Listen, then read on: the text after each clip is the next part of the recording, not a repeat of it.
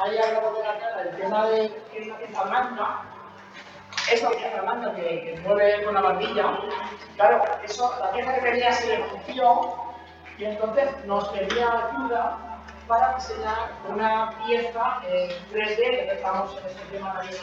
Soy un tipo raro, muy raro, pero si preguntáis el porqué de las cosas, veréis que todo tiene su explicación.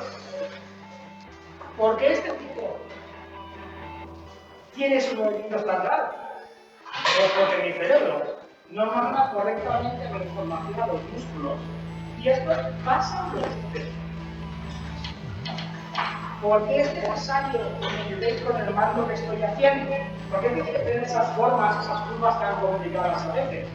Pues es muy sencillo, para que el mentón, la barbilla, hacia adentro y que tengamos toques.